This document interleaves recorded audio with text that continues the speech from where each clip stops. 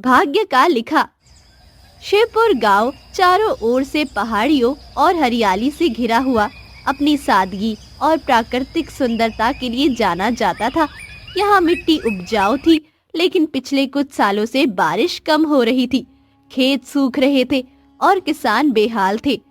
रघु, गांव का एक मेहनती किसान, अपनी पत्नी गौरी और 10 साल के बेटे मुन्ना के साथ रहता था। उसका जीवन संघर्षों से भरा था। सुबह सबसे पहले वो अपने खेतों की ओर निकलता और रात देर तक काम करता। गौरी घर संभालती, लेकिन जब घर में अनाज खत्म होने लगता तो उसकी आंखों में चिंता साफ दिखती।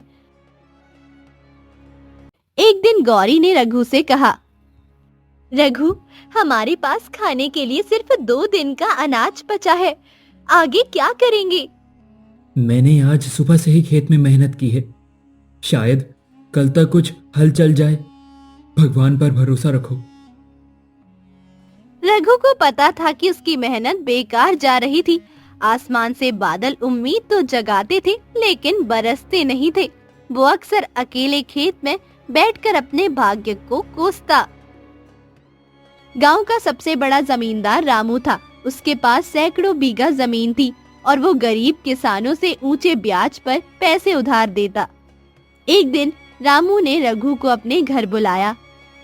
रघु, अगर फसल नहीं उग रही है तो अपनी जमीन बेच दे, मैं तुझे अच्छी कीमत दूंगा।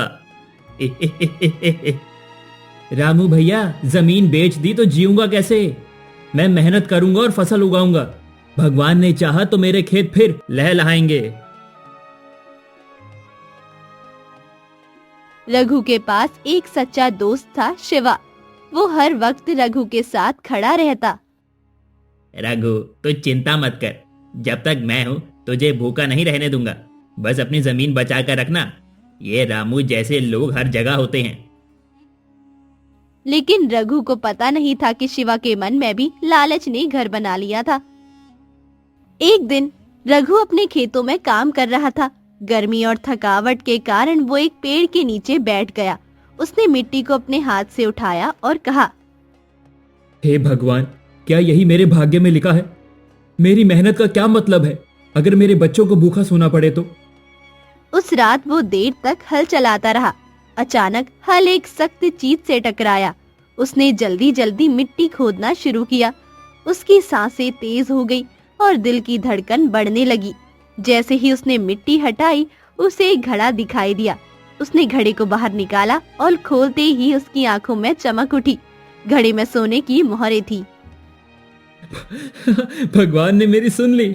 अब मेरा परिवार भूखा नहीं सोएगा। रघु की आंखें घड़े में भरे चमचमाते सोने को देख जैसे ठहर गई। उसने सोने की मोहरें उठाकर ध्यान से देखा।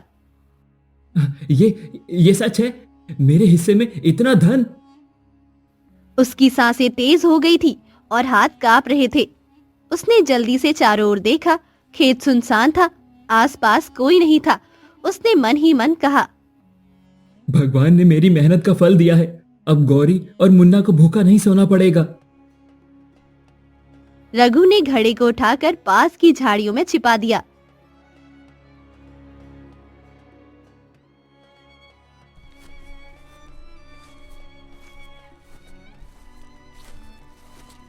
रघु जैसे ही घर पहुंचा, उसके चेहरे पर अलग सी खुशी थी। गौरी ने पूछा, क्या हुआ रघु? आज कुछ अच्छा हुआ है क्या? कुछ नहीं गौरी, आज बस ऐसा लगा जैसे भगवान मेरे साथ हैं। लेकिन रात को जब रघु सोने की कोशिश कर रहा था तो उसकी आंखों के सामने वही सोने के सिक्के चमक रहे थे।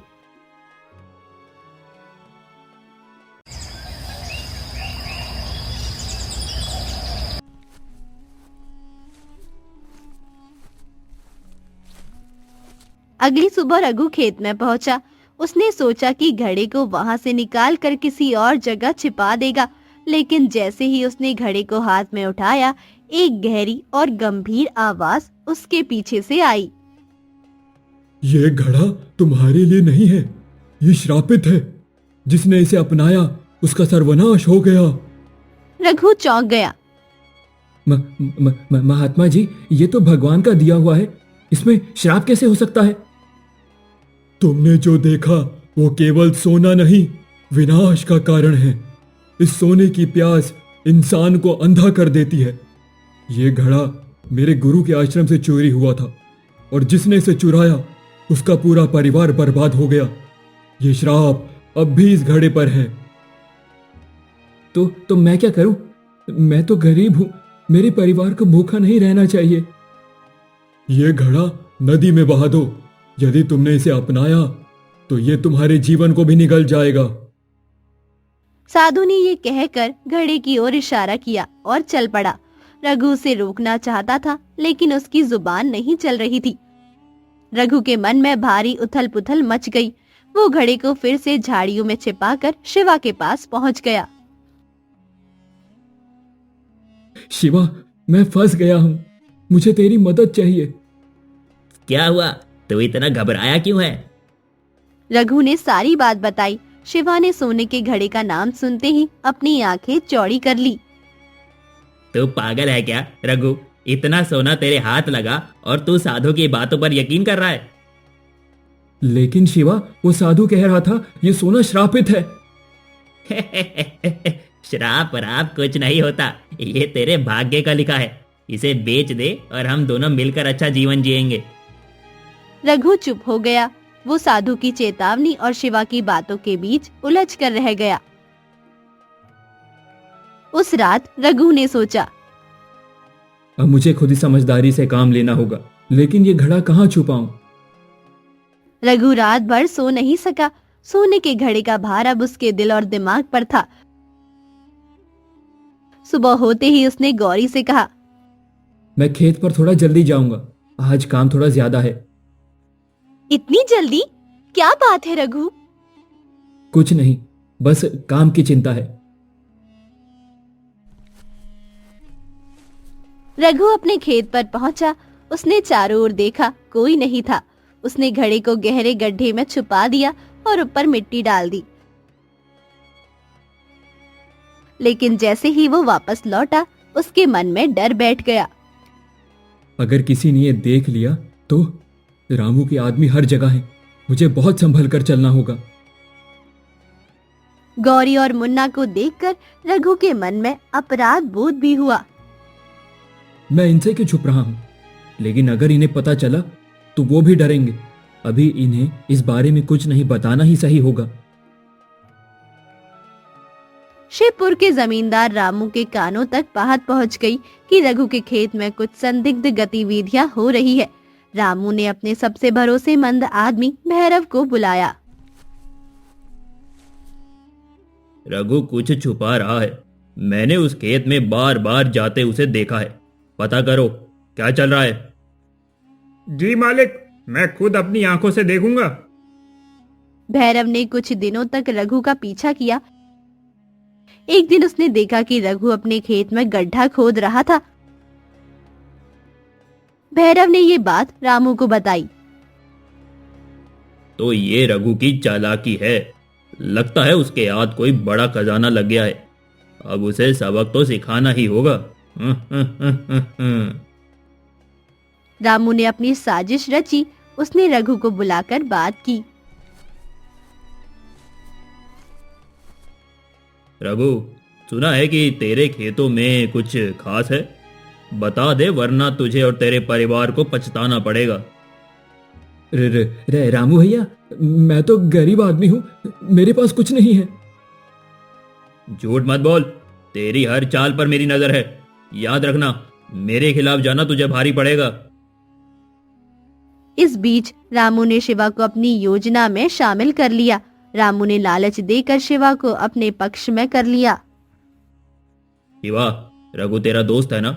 लेकिन अगर तूने मेरी मदद की तो मैं तुझे इस खजाने का हिस्सा दूंगा। सोच ले, गरीब बनकर मरना है या अमीर बनकर जीना है। मालिक, मैं आपकी मदद करूंगा, पर रघु को नुकसान मत पहुंचाना। तू बस अपना काम कर, बाकी मुझ पर छोड़ दे। शिवा ने रघु से मिलने का नाटक किया। रघु, मुझे पता है कि तू कुछ छुपा रहा है। मैं तेरा सच्चा दोस्त हूँ, मुझे बता दे, शायद मैं तेरी कुछ मदद कर सकूं। शिवा, ऐसी कोई बात नहीं है, तू क्यों बेकार की बातें कर रहा है? अरे देख, मैं तेरे साथ हूं, तुझे मुझ पर भरोसा करना चाहिए। रघु ने कुछ नहीं बताया, लेकिन उसके मन में शक पैदा हो गया। एक रात रघु अपने खेत पर गया। उसे वहां शिवा और रामू के आदमी दिखाई दिए। वे घड़े को खोज रहे थे। शिवा, तूने मेरी पीठ में छुरा घोंपा? तू मेरा दोस्त था। रघु, मुझे माफ कर दे, मैं मजबूर था। रामू ने मुझे लालच दिया। लालच इंसान को अंधा बना देता है, लेकिन तूने हमारी दोस्ती को बेच दिया।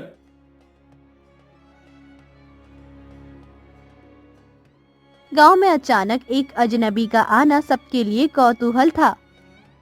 वो लंबा, दुबला, पतला व्यक्ति था। गहरे भूरे वस्त्र और सफेद दाढ़ी के साथ उसकी आंखें तीखी थी और चेहरा ऐसा था कि मानो हर रहस्य को जानता हो। गांव के बच्चे उसे दूर से देखकर डर जाते थे। एक शाम रघु अपने खेत के पास बैठा था। सोने के घड़े को लेकर वो परेशान था। तभी वो अजनबी उसके पास आया। तुम्हारा नाम रघु है ना? है ना? हाँ, पर तुम कौन हो और मेरा नाम कैसे जानते हो? मुझे यहाँ एक काम से भेजा गया है। तुमने जो घड़ा पाया है उसके बारे में मुझसे बात करनी होगी।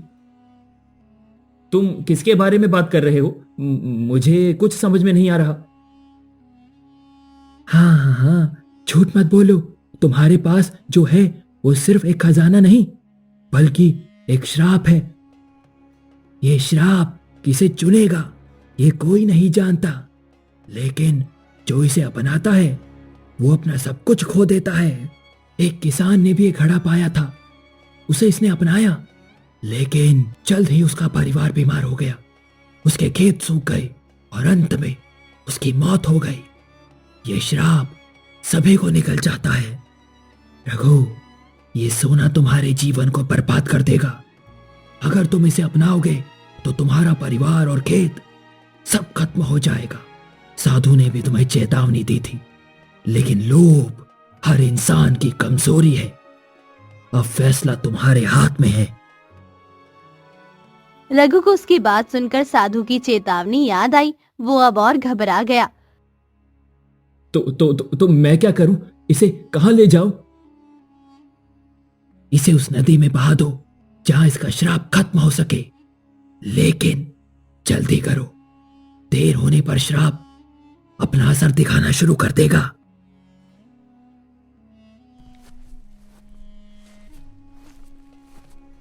रघु घर लौट आया, लेकिन उसकी हालत असामान्य थी। गौरी ने देखा कि वो बुरी तरह परेशान है। रघु, क्या हुआ है? तुम इतने घबराए हुए क्यों हो? कुछ नहीं गौरी, बस थोड़ा काम का तनाव है। लेकिन मुन्ना की मासूम आंखों को देखकर रघु का दिल बैठ गया। अगर ये श्राप सही निकला तो मेरे बच्चों का क्या होगा? लेकिन अगर ये झूठ हुआ तो हम इस गरीबी से बाहर निकल सकते हैं। ये मेरा आखिरी मौका है। अगर ये श्रापित है तो इसे बहाकर सबकी जान बचानी होगी, लेकिन रामू और उसके आदमी मुझे नहीं छोड़ेंगे। रघु पूरी रात सो नहीं सका। अगली सुबह उसने फैसला किया कि वो सोने को नदी में बहाने जाएगा।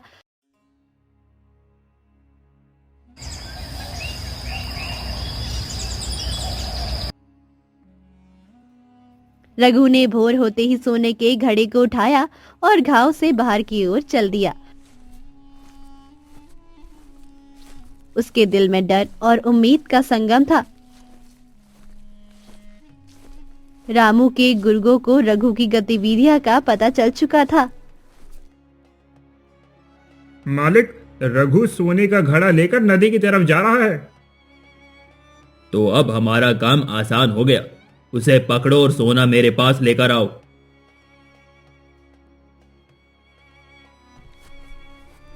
रामू के आदमी रघु का पीछा करने लगे। रास्ते में रघु ने उनकी आहट सुनी और दौड़ने लगा। ये सोना सबको बर्बाद कर देगा। मुझे इसे हर हाल में नदी तक पहुंचाना होगा। रघु तेजी से जंगल की ओर बढ़ा। उसकी सांसें फूल रही थी, लेकिन हिम्मत नहीं छोड़ी। रास्ते में उसके पैर पत्थरों से चोटिल हो गए, पर वो रुका नहीं।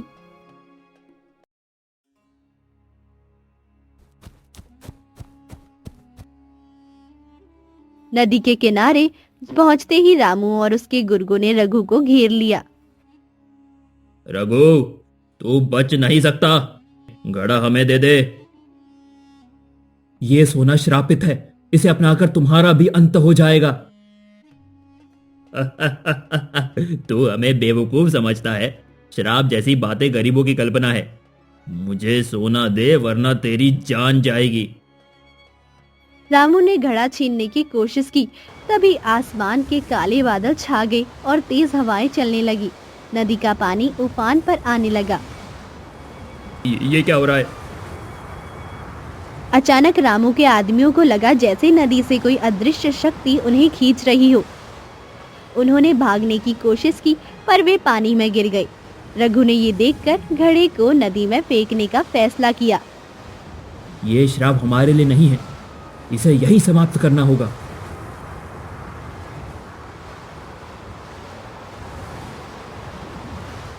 जैसे ही घड़ा नदी में गिरा, आसमान साफ हो गया।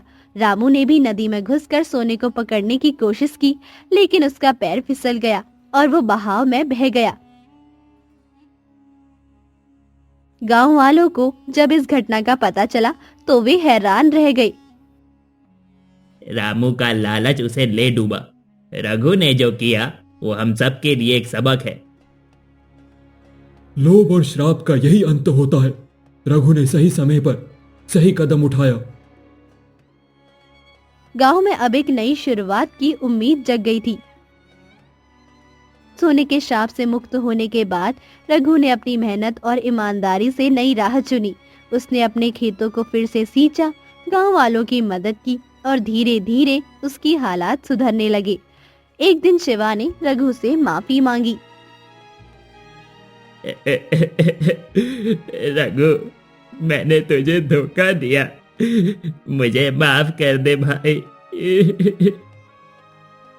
तूने गलती की, लेकिन मैं तुझे माफ करता हूं। अब हमें अपने गांव को बेहतर बनाना है। गांव के लोग अब रघु का सम्मान करने लगे। रघु, तूने जो किया वो सिर्फ हमारे लिए नहीं, बल्कि पूरे गांव के लिए था। भाग्य हमें रास्ता दिखाता है, लेकिन मेहनत और ईमानदारी ही हमें मंजिल तक पहुंचाती है। इस घटना ने सभी गांव वालों को सिखाया कि लालच का अंत हमेशा बुरा होता है और मेहनती इंसान का असली भाग्य लिखता है।